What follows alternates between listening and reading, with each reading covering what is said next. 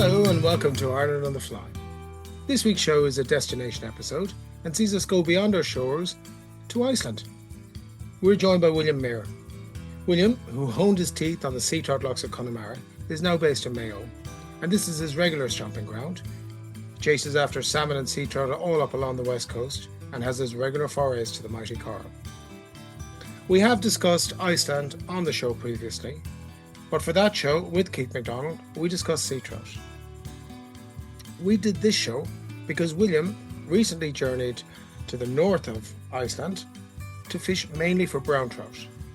There's a lot of interest recently been shown for the brown trout of Iceland, so we thought it would be great to get William on and discuss this visit with us. We hear great action in both river and lake, with big trout, all on different fly methods. William's enthusiasm for this really shines through as he talks of his fantastic experience. But before we talk to William, Mike, it's been a couple of weeks now since the World Cup. We both fished it. What's your outtake on it? Hard fishing. It was hard fishing. Well, I think everybody expected it to be. Even though the majority of the weather conditions were quite good, except for probably the final day. It was just, I think with just all the lakes are low, we haven't had any rain realistically. I think it's just tough fishing. No place in particular fished well. You know, there was a few fish coming off the deeps, a few fish coming off the shallows. Personally, I went to the shallows on my heat day. I was lucky enough, I picked up 2 fish on the shallows. There was a bit of mayfly there, and I actually got them on mayflies. So, but then on the final day, it was a different story. It was very mixed. I kind of had a bit of a plan of, I think, just kind of going through McKeady Shore when it was calm and coming out into the more open water off Right, Carrageen on the so I picked up 1 fish in the deeps. I got 1 chance of a fish in the shallows. To be honest with you, it was coming into quite shallow water, and I'm not even sure if it was a trout. I Well, you were possibly could have saying been a that, weren't bream. you? Yeah. Yeah. It's just a fish that just rolled under the fly. It was a decent fish, whatever it was, but I don't know, something in the back of my mind. I have a little bit of a doubt whether it was a trout or not. Maybe I'm kind of half hoping it wasn't and it didn't take the fly. Yeah. But yeah, so yeah, that was tough fish. I think everybody found it tough going, you know what I mean? It was hard work, you know. But then in saying that, look, there was fish caught as well. I think if we need the weather to change, you've seen it on Corrib last weekend yourself there. It was, you know, it's like what's hard. It was kind of a calmish day. It was a tough day anyway. But on Sunday then for the hospice, like, you know, even when you have nice conditions, you're not really getting you're not getting the return of fish at the minute. You know what I mean? There's an odd fish here and there being caught, but it's not like you couldn't say anything, but there's nowhere fishing well. You No, can't, I you don't. know. I don't think there is, Mike. I don't think there is, and yeah, just like the way it is even last weekend. But even like just harking back to the World Cup there, I mean, the deeps were so patchy. They were Oh yeah, so very patchy. yeah, There was nothing on them, and I think once that goes, once that's taken away, it takes away any consistency out of, let's say, stuff coming out of Loch Mask in the World Cup. Because yeah. if they're patchy, then you don't know what's going to happen. If the deeps are fishing in any way okay, then you're knowing then, well, you're going to need a couple of fish to qualify or whatever. A couple of decent fish. But they haven't been fishing. They haven't been fishing. They're almost like, I mean, the deeps are a lot more consistent generally on Mask. I mean, they almost become like deeps on the Corrib, which, as we know, is very inconsistent because that's patchy Yeah, as hell yeah, because they don't stay exactly. there. Yeah, yeah, it is. And even if you put the whole day in it, like, I mean, I was boating on Saturday and like both guys qualified, and if they come in, even you'd have said, oh, it had a good day. One that had 3, one that had 2, Mm. and but like we had 1 fish at 5 o'clock, Yeah, and that's in right. 40 You picked minutes up you we got 4 four keepers, fish. Yeah, in the space of 40 minutes. yeah. So as I said to you, you know, you come in with 5 fish, to say, "Oh God, you had a good day's fishing," but we didn't really have a good day's fishing. Yeah, yeah. You had a Yeah, it good was 40 just minutes of fishing. a good 40 minutes. Yeah, Yeah, exactly. And yeah, just a lot of that is just getting on the right line and a few fish move. So yeah. yeah, the fish are there, but I think I look every lake is the same. Like I mean, it's like water levels have been dropping constantly for months, They have, yeah. practically no rain, and whereas like as I said to someone the other day there, I think last weekend, I said the only thing that's been saving the lakes is it's been quite windy. Yeah. We've had It a is, lot of windy days and strong winds at times, and that has kind of like oxygenated the water, the top layers of the water a bit, I think, from just that circulation of water. So I think that has helped. That has saved it a bit. But I think other than that, I think it's even I think a lot of fish are switched off. yeah, they That's have, haven't they? Yeah, I They think a lot of really fish have. are switched off. So Yeah. look, it looks to be changing at the moment, and they're saying a bit of rain next week. So I think if you got a bit of rain, I think it could liven it up a bit, especially for September. It's gone cold here. As you said, like we had the hospice competition in Connemara here on Sunday. That was tough enough fishing as well. Like, I mean, we had 76 rods and it was 41 fish. Hmm. Like, it was just over half a fish. Like, I mean, last year and different conditions, a week or two earlier, but like the rod average was over 2 fish per rod last year, you know? Hmm. So, Yeah. conditions, we know what your conditions are everything, but it is slow at the moment. It's, you know, I had a long dry spell. Like, I mean, I've never, like, it's a long time since I've seen the lakes as low as they are, they even are for low, aren't Mask they? and Yeah, Corrib as well. You know what I mean? I mean, like Mask was like seriously low. Like when yeah, I spent a couple of days in the shallows, and I'll tell you, like, you really need to know what you're at because you get caught very easily on those shallows. yeah, In areas, and especially with a wave. So, but yeah, it was a little bit tricky at times. So, yeah. And then the other thing we were saying there, I remember last year it happened. We're talking here about the weather. I mean, if this belt of rain comes in the last couple of years, what has happened? If the belt of rain comes end of August, early September, which it did last year, it came end of August last year. Year before, hmm. I think it came early September. The fish seem to disappear. Then Oh really, yeah, I there's a mean, there's a lot of fish in the bays. I mean, I know I was in the Malay competition on Saturday in actually, that's Outrard, right. and Good that man, Mike. area Well is done. But sorry, Mike. Yeah, well, uh, congratulations on winning on Saturday. little bit of luck, Tom. Little bit of luck. The more you fish, Mike, the luckier you get. Isn't that it? Lucky for luck, Davies. But yeah. So, but like the bays, the areas, like they're full of fish. Like you'll see fish pitching Yeah. and throwing themselves around. Like so, the fish are there, but it's just like Yeah, but if the water comes and oh they yeah, did you this the will. A last lot of couple of years, fish will run. A lot of they'll fish will run. run.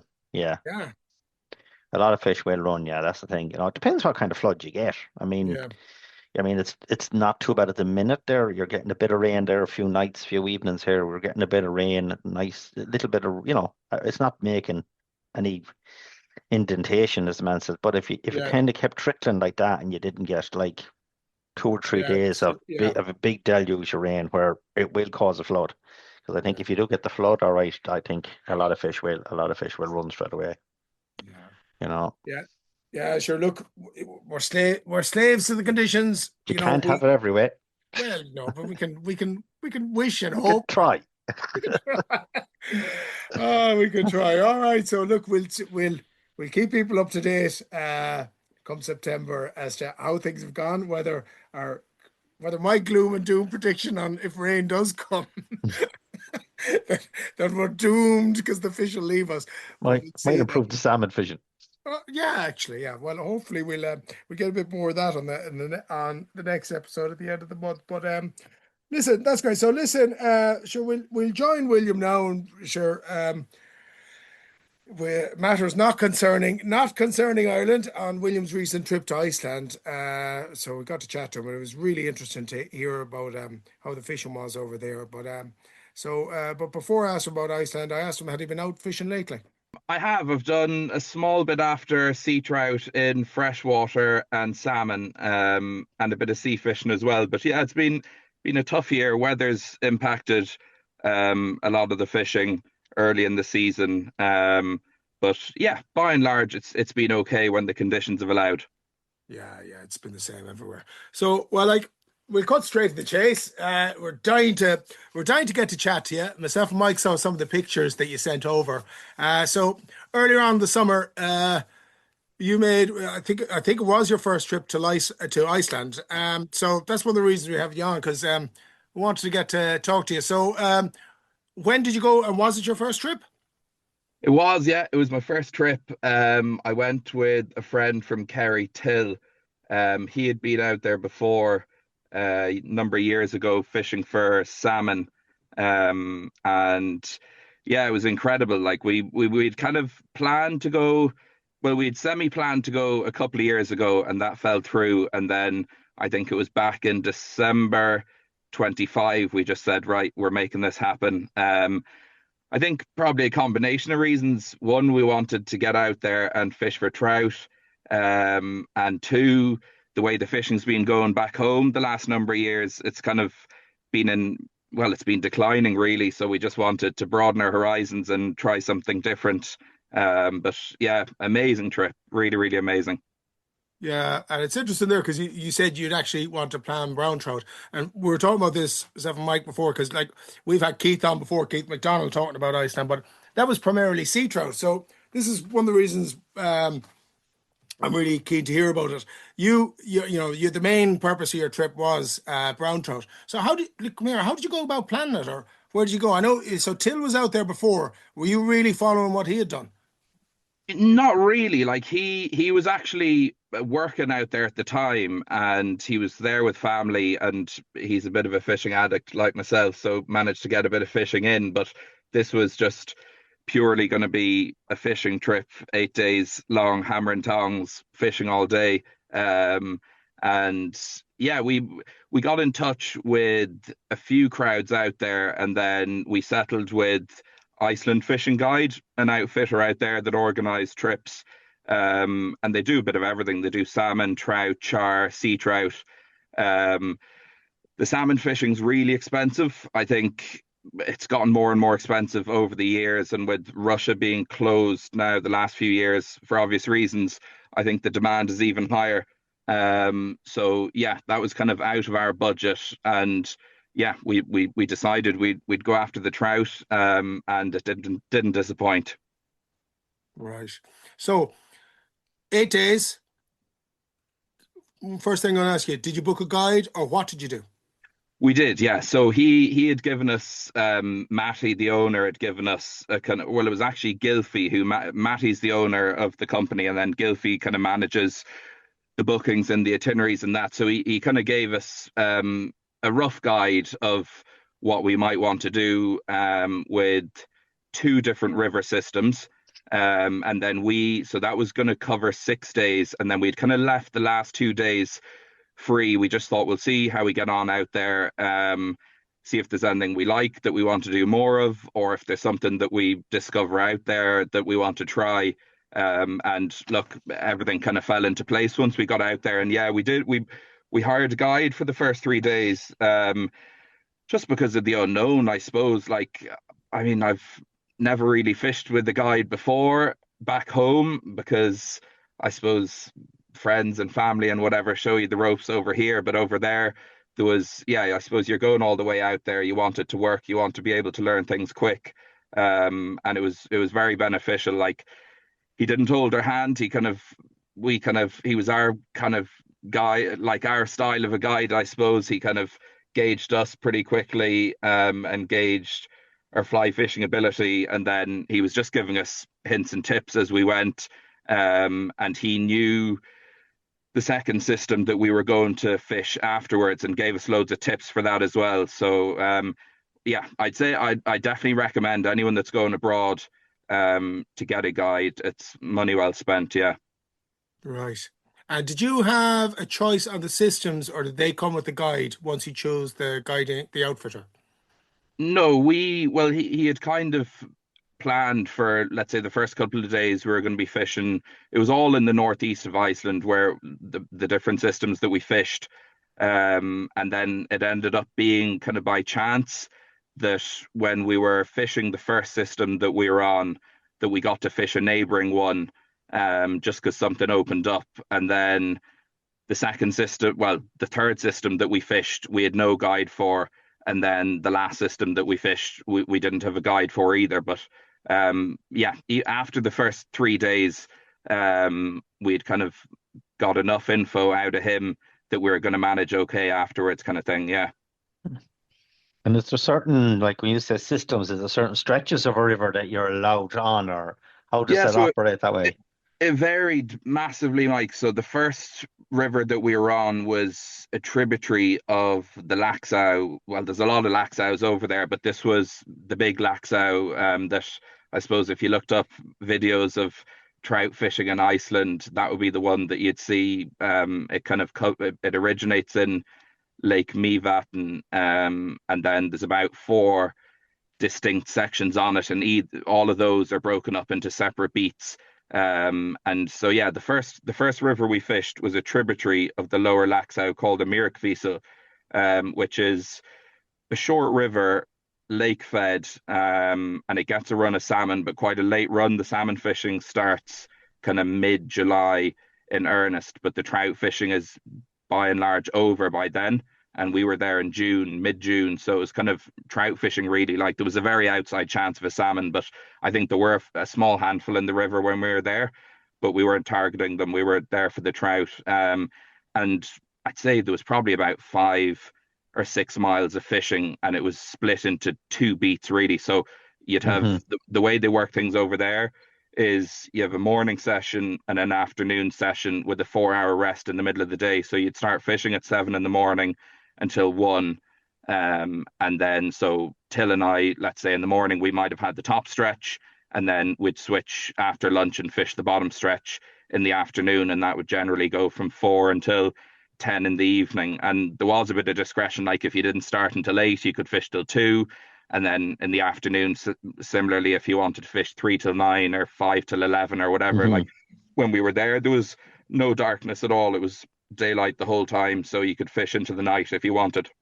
Give us an idea. What are these rivers like, size wise, and what are they running off? Is there any comparisons you would have, let's say, to rivers in Ireland?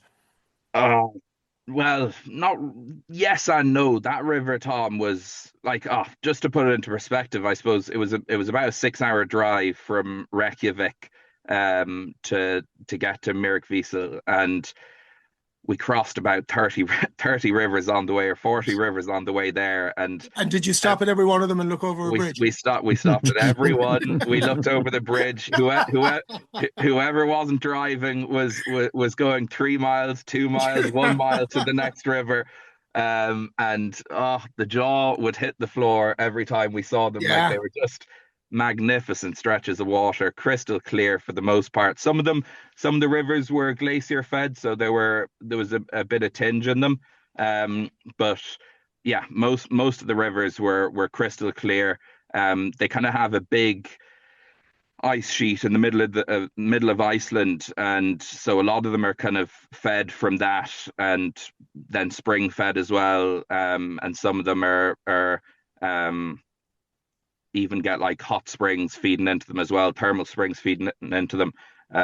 I'll get onto that. The river that we went to after, that was in play there, which was quite interesting. But yeah, so the Mýrkvísl was a short river, but it had huge variety. Like the top stretch of it was on average probably about 1 to 3 foot deep, maybe about 5 meters wide. A variety of pools, some fast flowing, some slower.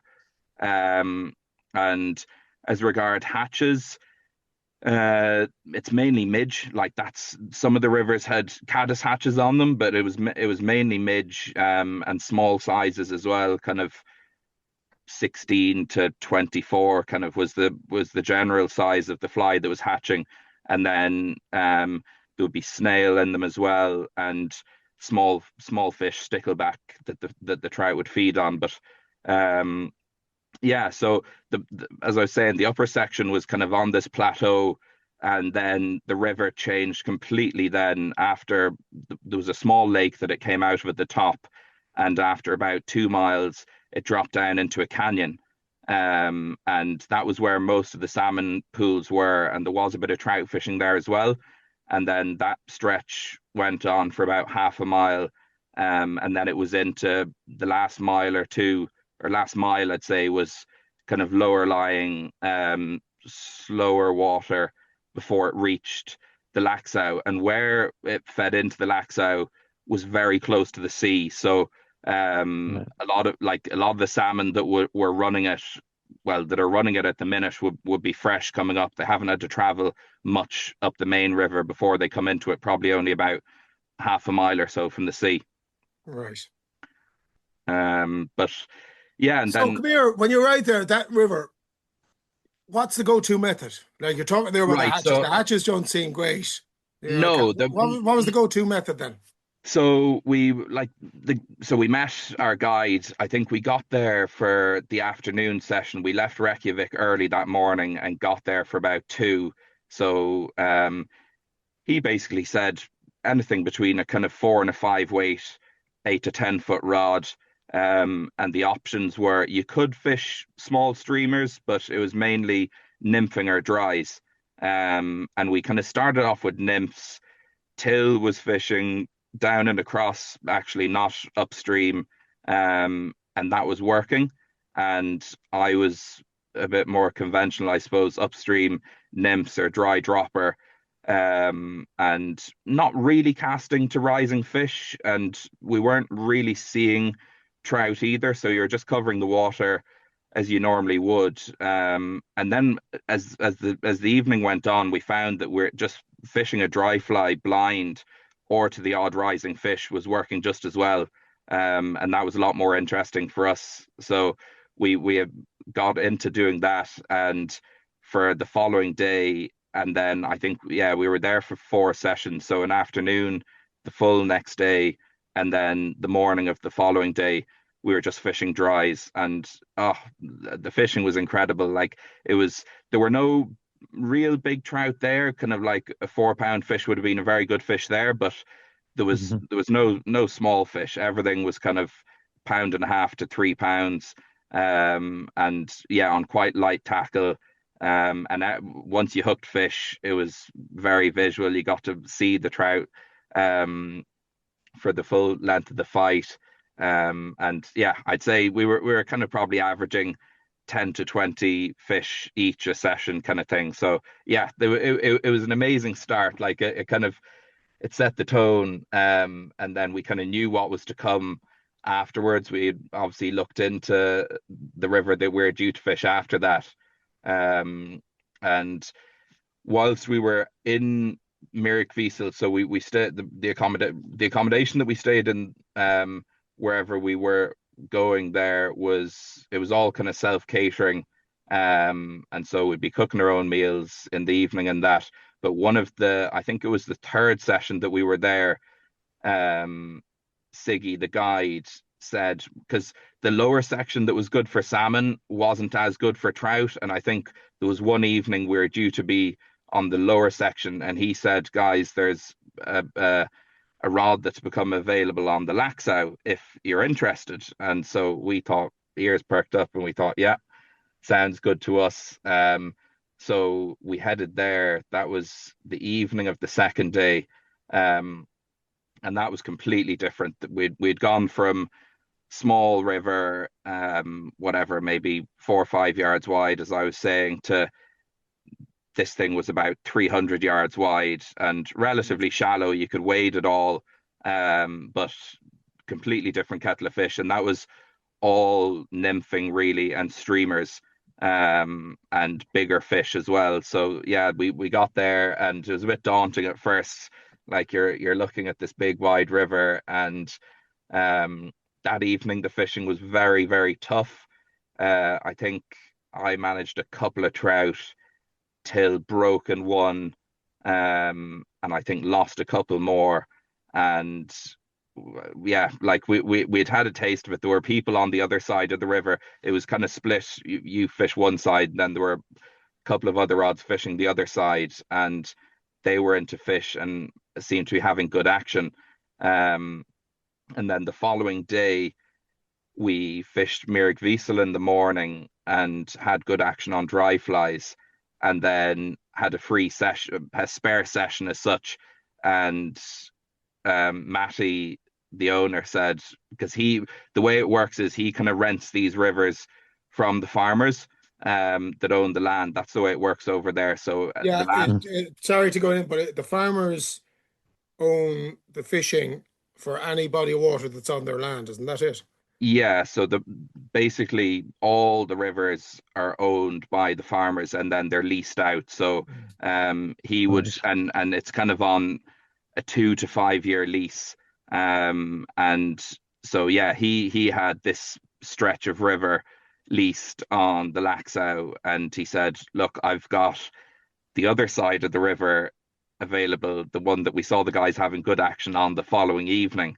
And so yeah, we said we're up for that, and headed there. And at that stage, I think, yeah, so we at that stage, Siggy the guide, we'd finished up with him, and so we were on our own, and we got over to the other side of the river, and I remember parking up the car.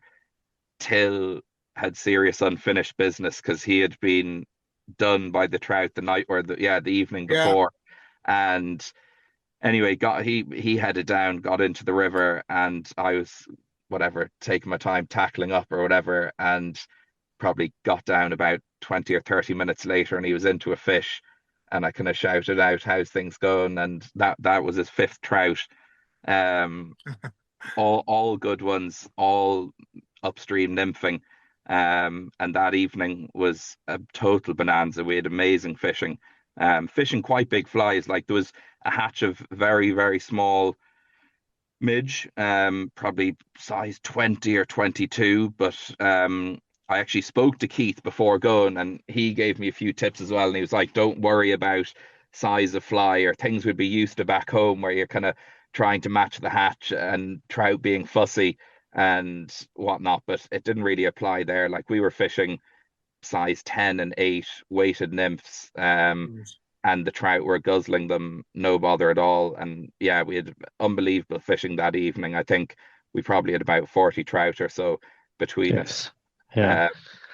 And what type Yeah. of dries would you be fishing in size, William? What would they be? I kind of 14, 16. It didn't have to be small. Like and we did get action to rising fish on the Merrick on that upper stretch, which was great fun. Like, and you'd be covering trout, and there was like, if your presentation was right, they were going to take. There was very few refusals. And funny, some of the pools seemed to hold bigger fish in them, and then you'd get to maybe shallower stretches, and you'd hit a few smaller fish. But yeah, generally the small fish were keeping out of the bigger fish's way. And Normally the way.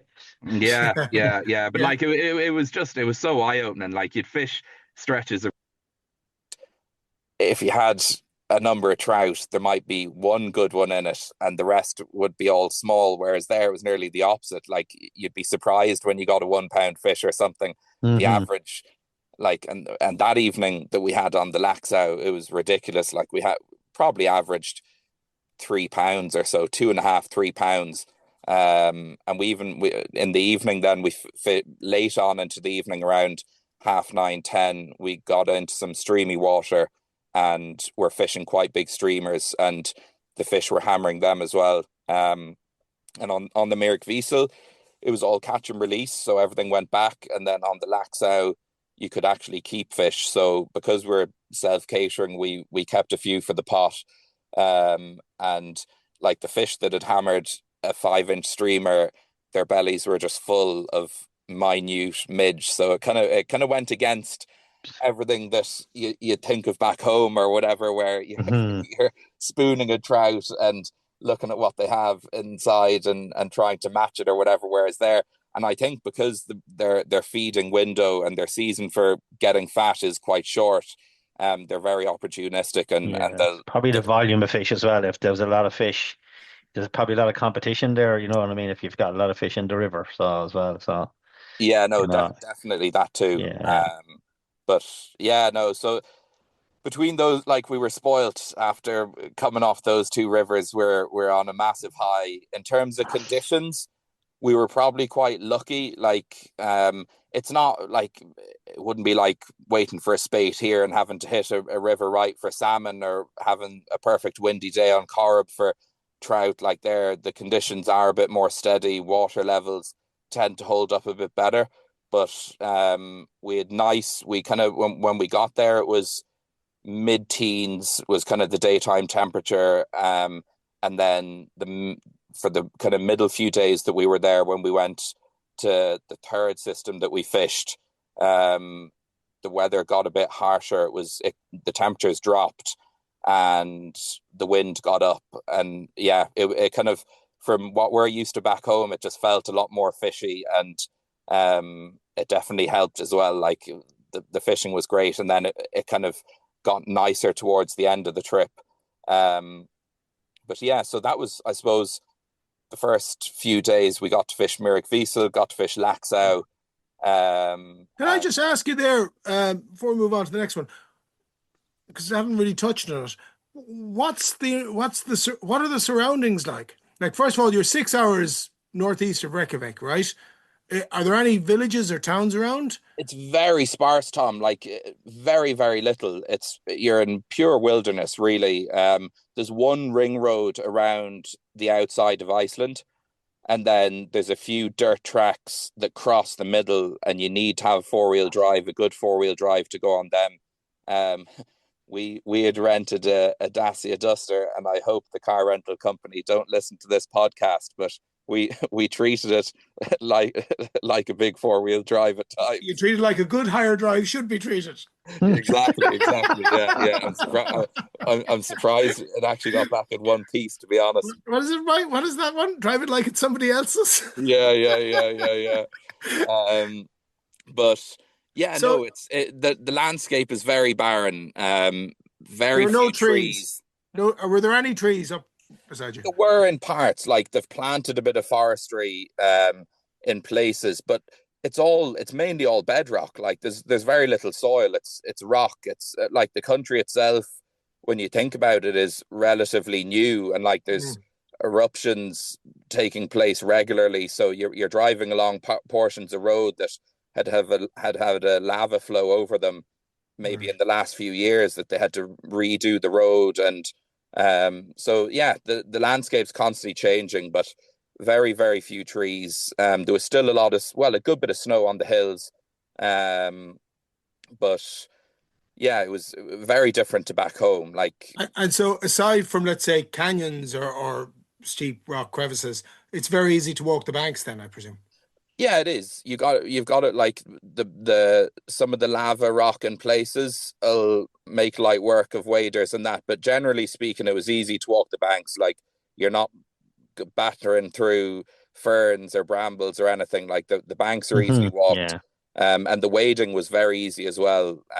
Like, there was a lot of the riverbeds were sand, like black sand from the lava, or small gravel, but generally the wading was very easy.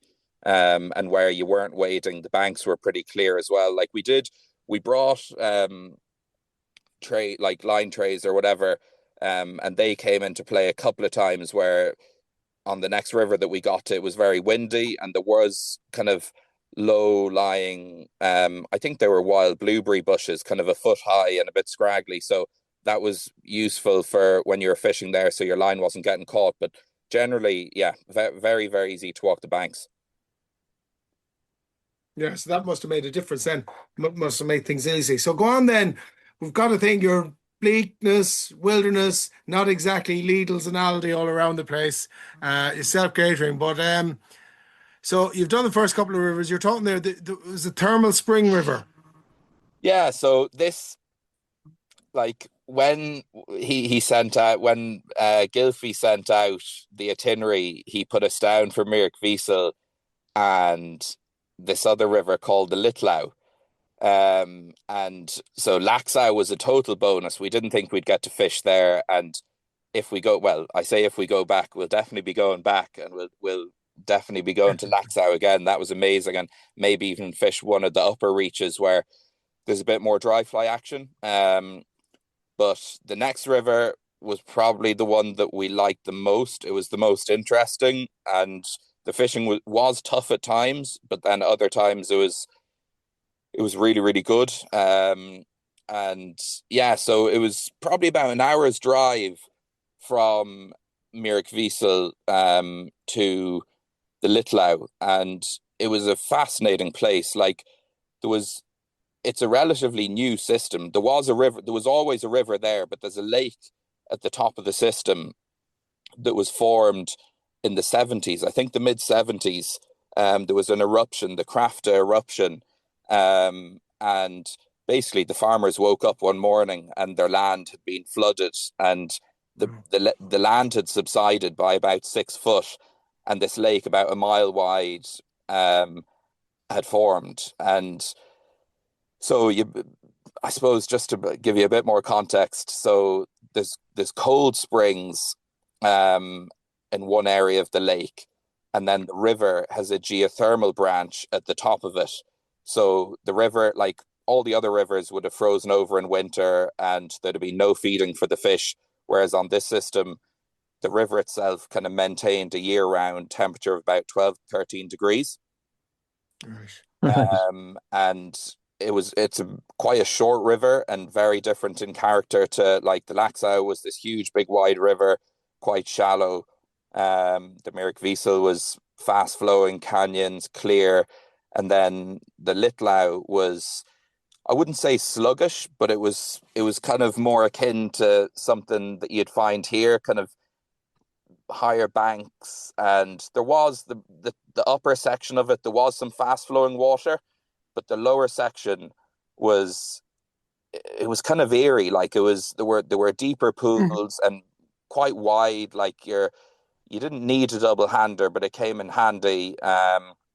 And really out in the middle of nowhere. And just behind that system, just behind the Litlau River and the lake that it was fed from, there was this huge, big glacial river that I looked it up just out of interest. I think it's got roughly the same cubic meters per second as the Shannon coming down it.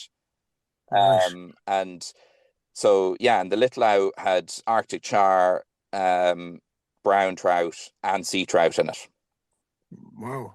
And it was fished by 5 rods daily. So I think when we got there was actually no one else on it.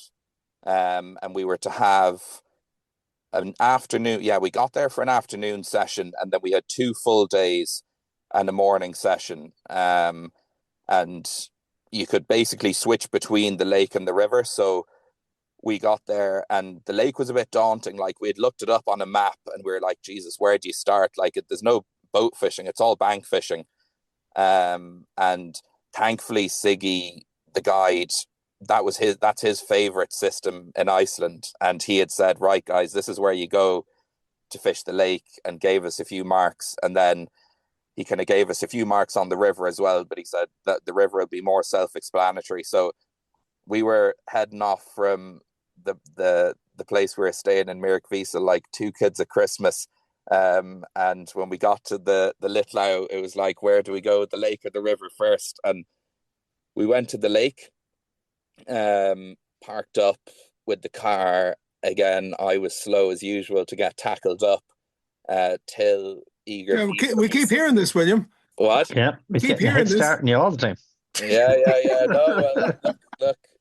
So Till ran off into the lake. Like so that's why, is it? I'd say he had the line out before he was even in the water, and I was there tackling away. And what will I fish? And it was kind of streamers were the order of the day there. And the next thing, the phone starts ringing, and I hadn't even got a fly on the end until was there. Come get a picture of this. So off I ran across. It was kind of like marshy ground, and he had this beautiful 5-pound trout.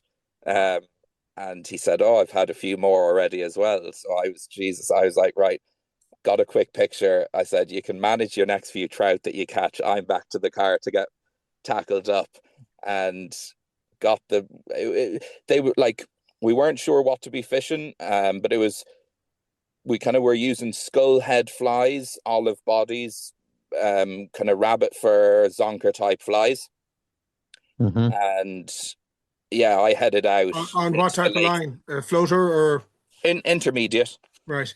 Yeah, like that's I mean, in terms of tackle, the first river, it was 10'5" weight. And then we used the same on the Laxow, and then when we were in Litlau, it was, I don't think we put the 10'7" weight with an intermediate line down for the whole time. Like that's all we were using really. And strong tippet, because there were good fish there and they weren't too line shy. But yeah, like he was into another fish when I got to the lake, and I waded out behind him and got into a fish. And it was just, I mean, the euphoria, I'd say, was on a par to Croke Park a few weeks ago. It was just something else. Yeah, we were. Oh, come on now, it wasn't 75 years since you got a fish. And to make matters worse, Till is from Perry, and I've been reminding him to. But yeah, no, we had an amazing few hours there. Like it was just, and they actually looked like carrot trout. They were really golden, fought like tinkers, like they were just really powerful fish. And I think we got one char, maybe two char. They weren't big, maybe 2 pounds, but the trout were all kind of 3 to 6 pounds.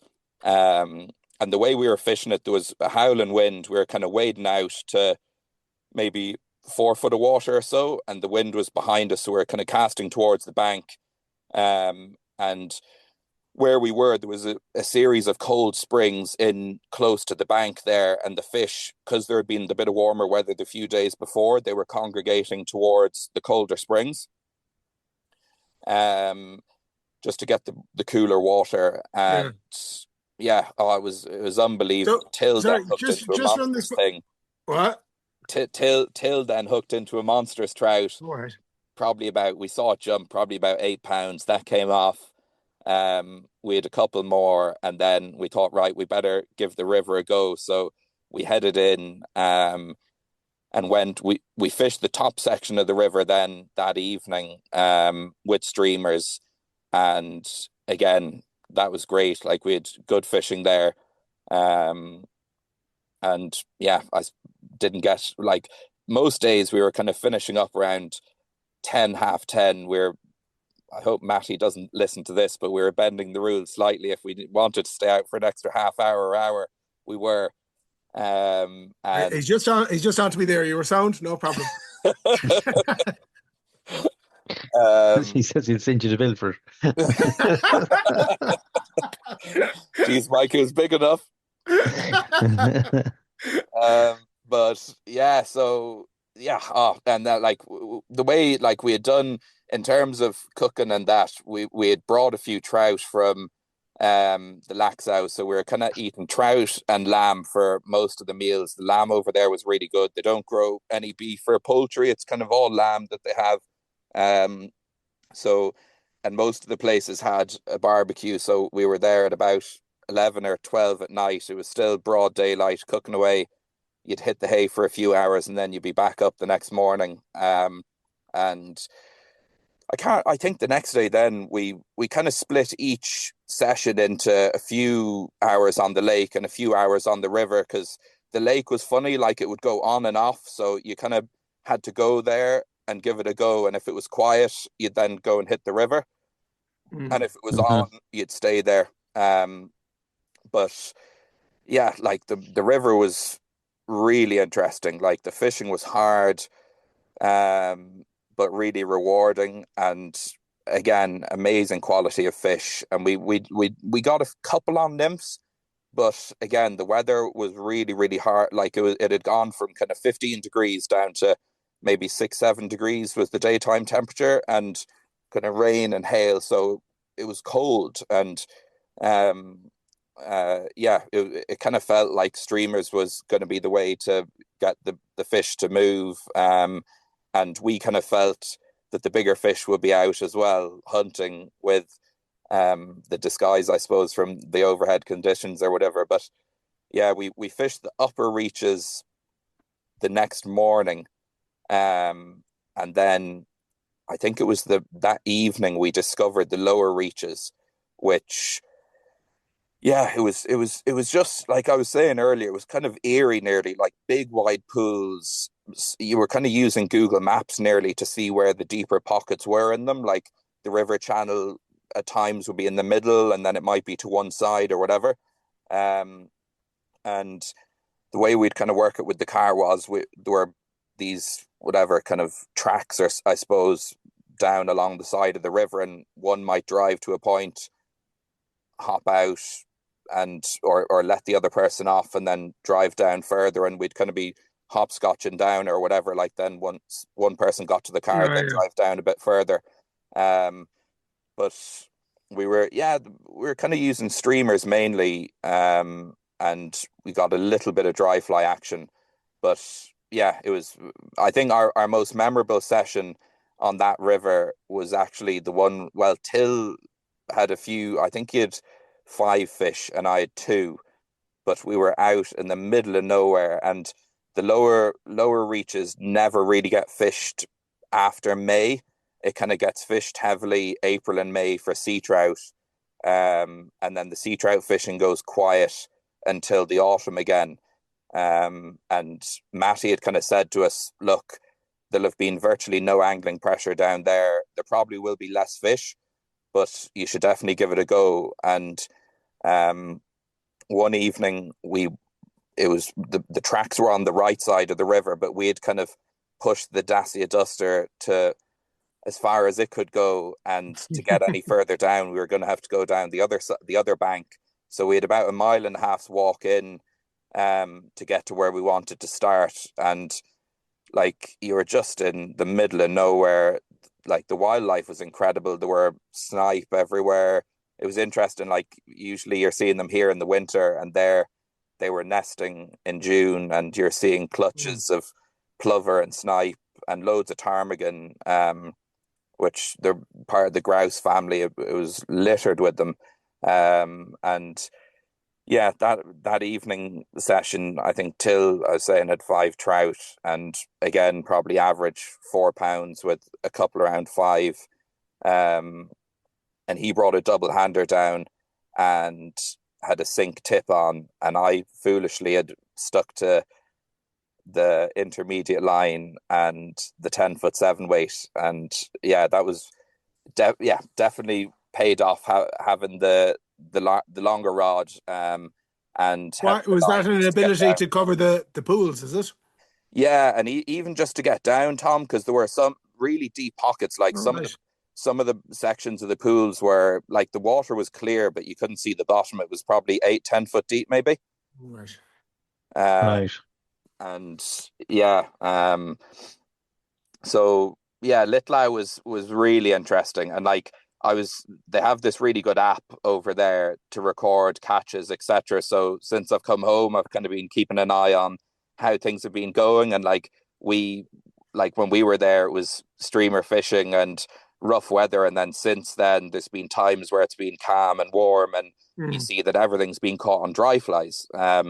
So I'd love to experience it down there where there's surface action to feeding fish, because we didn't really see much of that at all. Like there was it's probably a bit early for it. Yeah, probably need to warm up another bit. And would you any of those big fish like that you caught on streamers, was there fry in them, or like what were they feeding on predominantly? We didn't. That was catch and release there, Mike. Oh, you're right. Everything went back. But when we were fishing the lake, we found a lot of stickleback, and funny, the trout on Laxow that we did keep, although they were full of midge, the lining of the belly was really thick. Like back home, our trout have quite a thin belly, because I think they're mainly eating minnow or fly, whatever. Whereas the stickleback have got a really, really sharp kind of whatever fin on the back. So obviously the trout have obviously adapted to to be able to eat them, and it was they nearly, like, their belly lining was kind of as thick as a bass nearly. Right. Right. Interesting.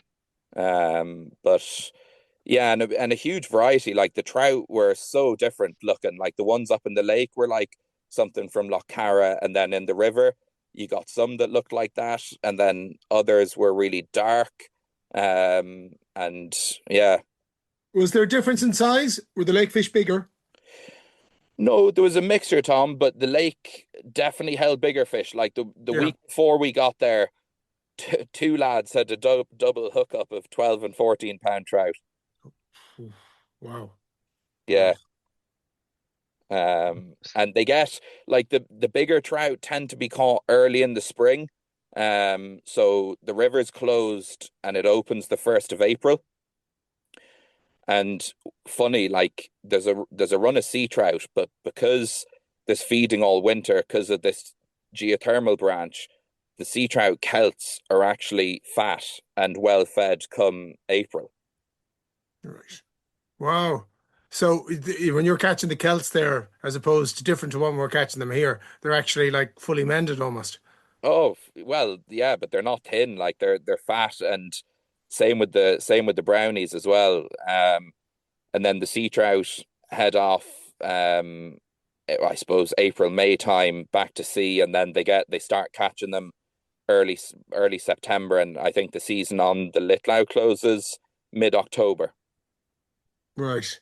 Oh wow, mid-October. And is that the same with the other ones? Sorry, when does the Laxa and the other one close? So the Laxau, I think, closes. I think it's the same. Yeah, mid-October. And I think the Merrick Wiesel is the same as well. But they don't really get a run of sea trout. They're just salmon, char, and brownies. Right. Yeah. Wow, the whole thing sounds amazing. Come here, without saying anything, did you tot up numbers, or are you keeping numbers, or Look, what would you gauge on it looking back? I mean, you said earlier on you'd go back again. Would you? So I take it that's definite. You're going to go back again. We definitely will go back. Like I mean, you can't, even though we fished like absolute lunatics. Like Matty said, he'd never seen fellas so addicted. Like he said, we should be in Fly Fisherman's Anonymous.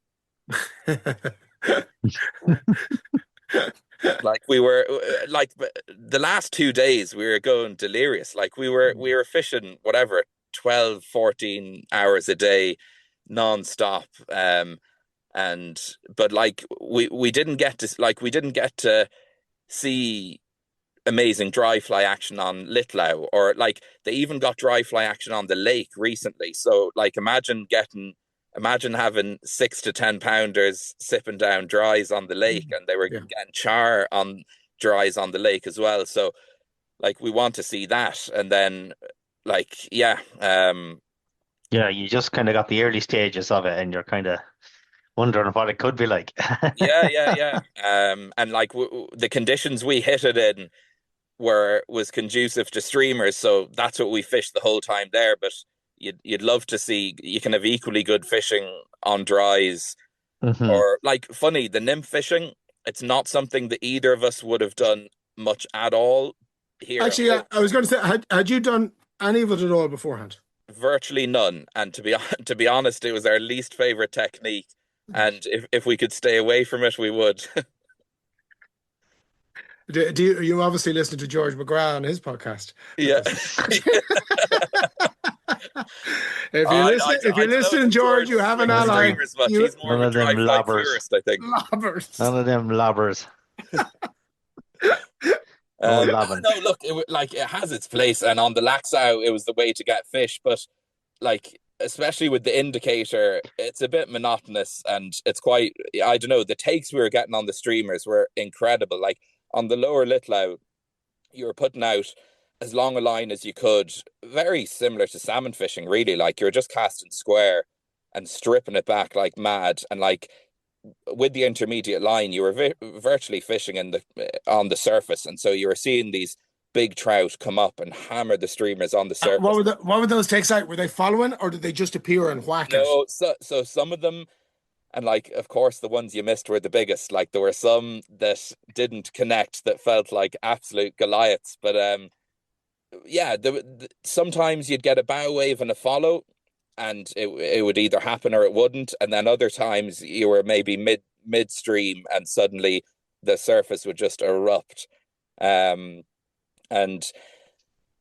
because we were using heavy tippet, like you weren't getting the same scrap out of a 4-pounder that you would if you were using, like, we were using 0.16, let's say, on the Mirkwiesel fishing dry, so a 2-pounder kind of had to be minded, whereas we were on 0.30 on the loughs, so you could kind of, and big hooks, so you could kind of horse into the fish and get them in quite quick.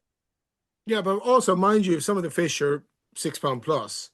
Yeah, yeah. You need to have that. Yeah, and look, there was bigger, and the last place that we went to, it ended in disaster. But there was a very big fish, that Till hooked, which he'll still be having nightmares about. Yeah, and did he get to see it? He didn't. I did. Oh, did you tell him? I did. Do you need to ask? I say a few times, not just once. Yeah, and it was the last session, and so the 8-hour drive back to Reykjavik, because we'd gone even further to get there. He was just and he still texts me the odd day and says, "Oh, I had a dream about that fish last night." You see what you did now by telling him. If you would have said to him, it wasn't that big. Yeah, see, that's what myself and Mike would have said. I just say I didn't get a right look at him. Well, we'll get on to the story, Tom, but yeah, so Litlau, yeah, it was one of those really interesting places. Obviously, the lake that had formed 50 years ago with the cold springs, the thermal junction into the main river that kept the temperature 12 degrees year round. It was just a little ecosystem that was unlike anything else. Like there's nowhere else that has that. It was just all these different ingredients that made for this incredible place. Yeah, we can see there the way you're talking that you really got taken. Like you mentioned that you fished the Three Systems, but this is the one that really hooked ye. Tell me, so the lake itself, size of the lake, and also the length of the river that you got to fish. So, like the size of the lake was about a mile square, right? And yeah, and there were five rods fished the system. But the first session we were there, we had the whole thing. So we had a whole lake, a mile square, and about 5 miles of river. Right. Okay. To the two of us. But even when then these 3 Austrians arrived the following day, and like even when they were there, you never saw them. You just say, yeah, right, it's so fast. Where are you going? And they'd say, well, we're going here. And we'd say, right, well, we'll go there, kind of thing. And even like the lake was so vast that you were never near someone else. But yeah, like one of the days we decided to go explore another part of the lake, and like, I don't know, it was probably a bit foolish, but we were kind of wanting to go and try new ground or whatever. And we ended up wasting about 2 hours. We ended up like Till fell in off a shelf and got the waders full of water. I spent about half an hour wading through weed beds to get back to the shore. But we did that, and we were like, if we hadn't gone and explored that part of the lake, we wouldn't have known what it was like. So there was a bit of that at times as well. You were kind of looking at new areas and kind of exploring as well. Yeah, you'd wonder that on those, for those kind of, and that somewhere like that, like would a guide have been useful? Probably would have pointed you in better directions, regarding, probably would have known the ground a lot better, Yeah, no, definitely, Mike. And funny, like Siggy, who had given us the few pointers, said this is where to go, and like we had done that and fished that and had good fishing, but we were looking at the rest of the lake going, surely there's somewhere else that could be interesting. But yeah. The guide would have told you everything. If he's anything like the guides in Ireland now, he would have told you everything. There was no other places worth fishing there. Seriously. Yeah, you could have went off there yourselves, not a bother on you. And Yeah, I Like think if like you, Tom, leading people into Heartbreak Bay all the time. well, seeing as you mentioned that you hadn't been with many guys outside of Iceland, I wasn't going to bring it up. But anyway, we'll move on swiftly from Heartbreak Bay because I think So, you broke the Trout's heart in Heartbreak Bay. no, Now, there are many that have broken mine. Mike, are you thinking like me? Wouldn't you love to get a boat on that lake? And I haven't even seen it. yeah, Honestly, Tom, mind we were that fishing thinking off the the shore same. track. Yeah, feck that crack. We were thinking the same. Like, and the place we were staying, had a small little inflatable dinghy outside, and we were kind of toying with the idea. You're eyeing it up. Throwing it Yeah. on top of the Dacia Duster. Yeah. You could have put the Dacia Duster into it and throw over on the Yeah, they're serious fish, weren't they? Yeah. So- So and how many again, like, days? How many days, William, in total? 8 days fishing yeah. and accommodation. Well, just I don't know if you want to go into it, but just a ballpark on if somebody was thinking of going, what kind of a cost are you looking at for 8 days fishing, accommodation, car hire, I suppose, is guide for a few days. Probably $4,000. All right. Yeah. But like, bearing in mind the car over there for a week is probably $1,000. Yeah, fair enough, yeah. Yeah, it's not crazy. Like it's No, not like, I crazy mean, I was expensive, in thinking fairness. if someone came to Ireland, let's say, and had to get a guide every day and pay for accommodation and flights, you'd probably be at half that pretty quick for 8 days. Yeah. And I suppose it was just the quality of the fishing and like, you're out in the wilderness, like Till and I, we like fishing in wild places, and hmm like, this was pure wilderness. Like, you were out in the sticks, and scenery was unbelievable. Like, the fishing, it wasn't like I think there were a few sessions where we had maybe only a couple of fish, or like, I think we did 14 sessions. It wasn't all easy. Like, there was, Oh yeah. and like, it was nice to get a bit of that, because it reminded hmm you of how good the other sessions were, where Yeah, very much easy, so. you know? Yeah, Very I true. don't think it's no harm, I think, on a trip to actually have a couple of hard days because you do appreciate the good days better then, you know? Yeah, and like, even some of the hard days were the more memorable ones, because you felt hmm like you'd kind of, like, the evening where Till had the 5 fish in the lower Litlau, where we were kind of being told no one goes down there this time of year. It's very tough, and it was a bit of an unknown. Like, he brought the right gear down and he kind of cracked it, and I think I only had 2 fish that evening. hmm And we had fished a huge stretch of river. So, but like, looking back on the trip, that was probably our most memorable session. Yeah. Right. Yeah. Um, Seems, but just back there, to be honest, yeah, I'm saying it there. I think that's really not outlandish at all. That cost of the trip, you know. I mean, like, it's the kind of thing, Tom.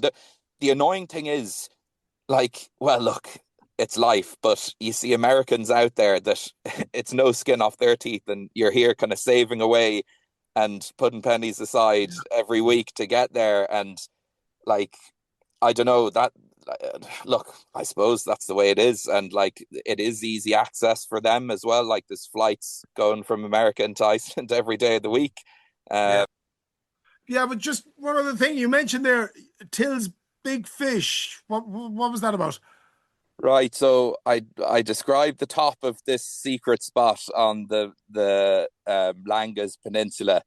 So the following day we went down and fished the estuary, right? So it was the kind of river. It went through a couple of really shallow kind of mackerel lakes, and then cut through what would be like a storm beach, kind of big pebbles, gravel, whatever, and headed out to sea. And it was an incredible spot. Like, there was a load of terns diving into the sea, feeding on sprat. We had a good number of sea char, so they were Arctic char that had gone out, a bit like the sea trout back home, and fed in better waters at sea. and different color. Like they weren't red like the ones up further upstream. They were kind of silvery, and fought really well. And we had Mm. Mm. Yeah, so they get them in Greenland, Mike, and they get them in Iceland as well. And we ate two, and they were by far the best fish I've eaten. Like compared to salmon or trout, they were next level. Right. Right. But anyway, so we were fishing there in this tidal stretch at the bottom, crystal clear water, nice push of water, and we had a few sea trout, nothing big, maybe 3 pounds was the best, and there was a small bridge about 300 yards above from where the river hit the beach and into the sea. Um, and Till was fishing above the bridge, and I looked down and I saw a lovely trout, either a trout or a sea trout, about 5 pounds. And I said, Till, really nice fish down there. And the fish disappeared. And so we were a bit annoyed or whatever. And Till was kind of throwing toys out of the pram, and we went and fished a few pools further upstream and had a couple of trout. And then we came back down to the bridge, and I was on top looking down, and I couldn't see this good fish. And Till said, "Oh, we were kind of pressed for time to get back to the airport." And Till said, "I'll give it one more run or whatever." So he was fishing this fly. It was kind of like a big one of those nymphs they'd use in Patagonia, kind of black and orange chenille with legs, rubber legs on it, on a kind of long shank hook. And he was casting upstream, letting the line sinking tip come down. And so the fly was kind of heading downstream towards the fish. And all of a sudden I hear fish on, fish on. I bet you it's that 5 pound trout or whatever that we saw. And I went over to the edge of the bridge, and this pool was about 30 yards long, crystal clear water, big gravel in it. And I saw this thing that was about twice the length of the 5 pounder that I'd seen half an hour before, with pulling Till's line down to heading back towards the sea. And I just shouted back, I said, Till, that's not the 5 pounder. I said, that's something completely different. And I ran down. He was going to struggle to get under the bridge to get downstream. And by the time I got back to him, the fish was off. And he said, "What do you mean? How big was it or whatever?" And so I had to break the news to him that I don't know, but it was definitely double figures anyway. It could have been 12, 14 pounds. See, it was. You were going great there and getting out of it. It's no wonder the man is ringing you up having bad dreams. I mean, it's Avon counselling. Oh, I'd say he'll be having nightmares I'd say he's getting it, I'd say.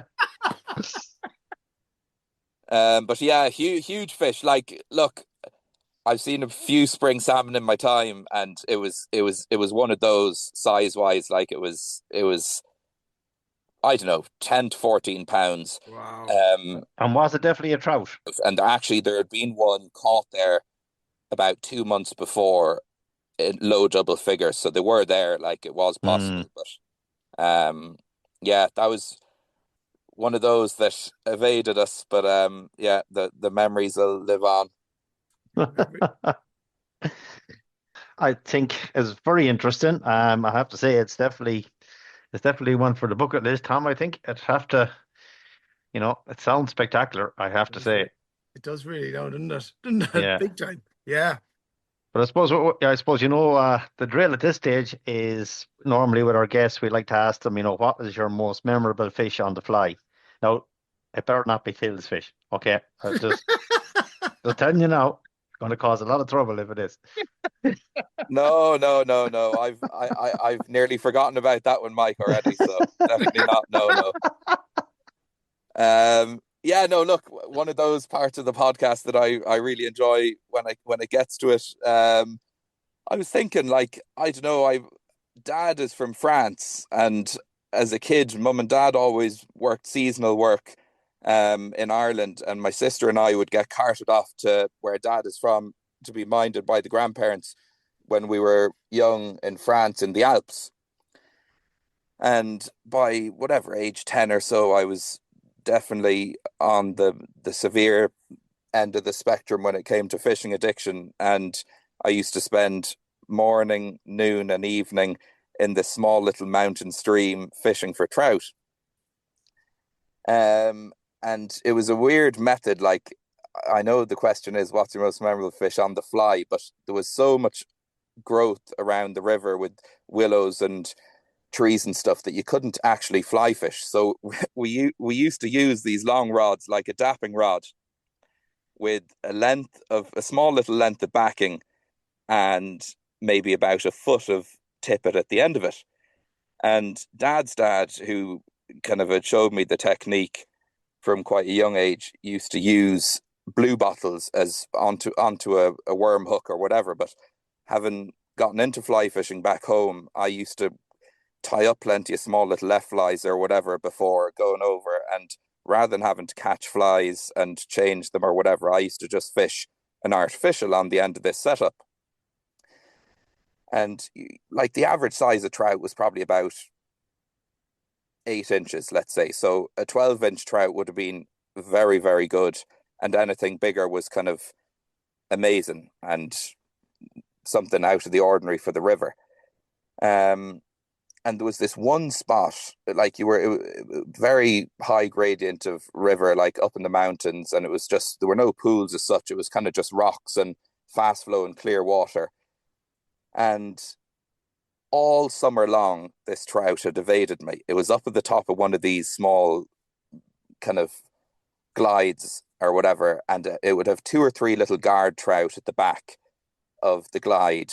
And every time I got to it, the 2 or 3 little guard trout would head up and startle the bigger fish, and that would be it. I never got him. But one day I remember going up there and there were no guard trout, and I thought, Jesus, this is strange. I wonder, is the good trout there? And I was looking, and it was sight fishing, really. Like, you could see the fish, and all of a sudden I see the trout appeared, and it was up, and you could kind of see it in the current, and then it would come out of the current and nymphing away, and there was really low overhanging kind of bushes or whatever, so I had to wind the backing up on the end of the rod tip so that there was no backing at all, and just about 7 or 8 inches of tippet and a small little fly on the end.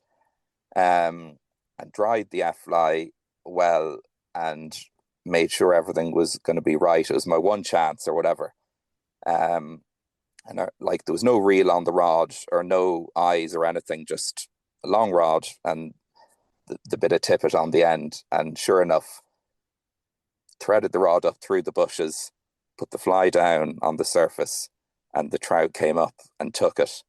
And most of the fish there, you could just lift them up out of the water. They were so small, whereas this one was kind of darting in under the willows and into the roots or whatever, and managed to get him in. And I remember, like, Dad's mum used to love eating trout, and most things, like most of the trout there, would end up going back for the pot. And I remember going home proud as punch that evening with this trout that was by far my best trout I'd had on that river.